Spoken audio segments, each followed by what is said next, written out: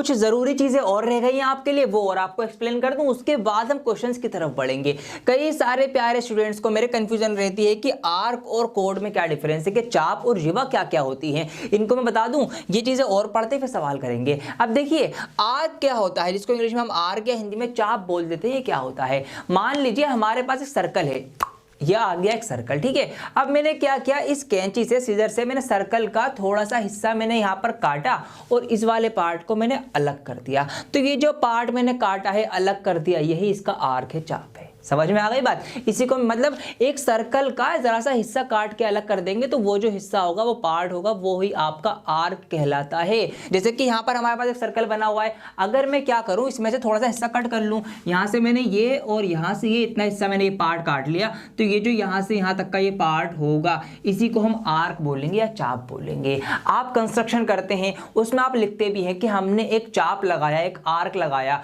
प्रकार होता है ना कंपास, जिससे आप कंस्ट्रक्शन करते हो, कैसे लगाते हो आर्क, ऐसे तो लगाते हो, ऐसे हमने आर्क लगाया, फिर उससे दूसरे आर्क को हमने कट कर दिया, तो यही चाप होता है। क्यों? क्योंकि अगर मैं इसी को पूरा बनाऊंगा तो ये एक सर्कल बन जाएगा। समझ में आ गया। तो सर्कल का एक छोटा सा पार्ट जो होगा, काट कर आप अलग कर देंगे, वो आपका आर्क होता है। दूसरी चीज है, यहाँ पर हमारे पास कोड या हिंदी में जिसको जीवा बोलते हैं, ये क्या होती है, देखिए इसको समझते हैं। यहाँ पर मैंने क्या किया, मैंने इस सर्कल के ऊपर, इस वृत्त के ऊपर कहीं पर भी 2 पॉइंट लिए, एक पॉइंट ये लिया, एक पॉइंट ये लिया, और इन दोनों पॉइंट्स को, चलो थोड़ा सा बड़ा लेता हूँ, एक पॉइंट मैंने यहाँ पर लिया, एक पॉइंट मैंने यहाँ पर लिया, और इन दोनों पॉइंट्स को मैंने आपस में मिला दिया।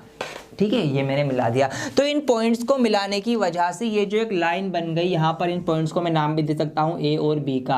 तो ये जो यहाँ पर एक लाइन बन गई, इसी लाइन को हम कोड बोलते हैं, जीवा बोलते हैं। समझ गए। सर्कल पर जो हमारा वृत्त है, उस पर कहीं पर भी 2 पॉइंट्स लो, उनको आपस में आप मिला दो, तो वो जो लाइन बनेगी, वही लाइन आपकी जीवा कहलाएगी, कोड कहलाई जाएगी। अब एक चीज और, अगर एक लाइन हमारी ऐसी भी बन जाए कि जो सेंटर से होकर गुजर जाए, क्या उसको भी हम कोड बोलेंगे? जी हाँ, वो भी कोड कहलाई जाएगी। लेकिन जो लाइन सेंटर से गुजरती है, वो तो डायमीटर भी होती है। इसका मतलब मैं ये कह सकता हूं कि जो डायमीटर है ना, वो भी एक कोड है, एक जीवा है। और यहां से हम डायमीटर की, व्यास की एक दूसरी डेफिनेशन भी निकाल सकते हैं। क्या? कि एक वृत्त के अंदर जो सबसे लंबी जीवा होती है, जो सबसे लंबी जीवा, जो सबसे लंबी कोड होगी, वही डायमीटर होता है। Diameter is the longest code of the circle, ये भी हम कह सकते हैं, क्योंकि सबसे लंबी जीवा, सबसे लंबी जो कोड होगी, वो यही बनेगी, सर्कल के बिल्कुल सेंटर में, बिल्कुल बीचों बीच, और सेंटर से होकर गुजरते ही वो डायमीटर भी बन जाएगा।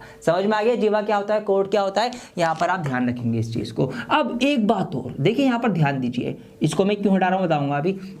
जैसे ही हमने अपने एक वृत्त के अंदर, अपने सर्कल के अंदर एक कोड, एक जीवा बनाई, उसने फौरन ही हमारे इस सर्कल को 2 हिस्सों में अलग अलग भाग कर दिया, बांट दिया। आप देख सकते हैं यहाँ पर एक हिस्सा हमारे पास ऊपर हो गया, एक हिस्सा नीचे हो गया। मतलब कोड लगाने की वजह से सर्कल 2 पार्ट में बढ़ जाता है।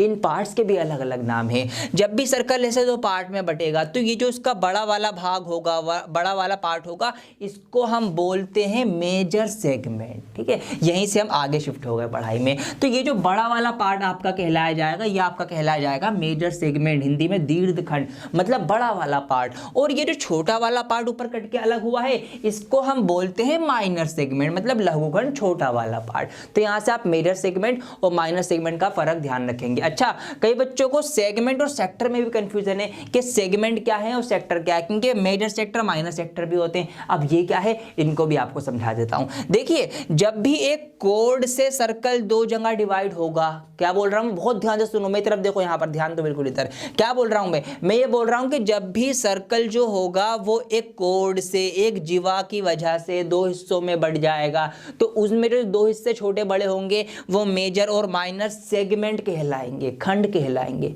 समझ में आ गया। जब भी कोड की वजह से सर्कल हम बांटेंगे, तो वो हमारे सेगमेंट कहलाए जाएंगे। अब सेक्टर कौन से होंगे, इनको भी समझो। देखिए, यहां पर मैंने क्या किया, मैंने एक रेडियस बनाई, रेडियस मतलब त्रिज्या।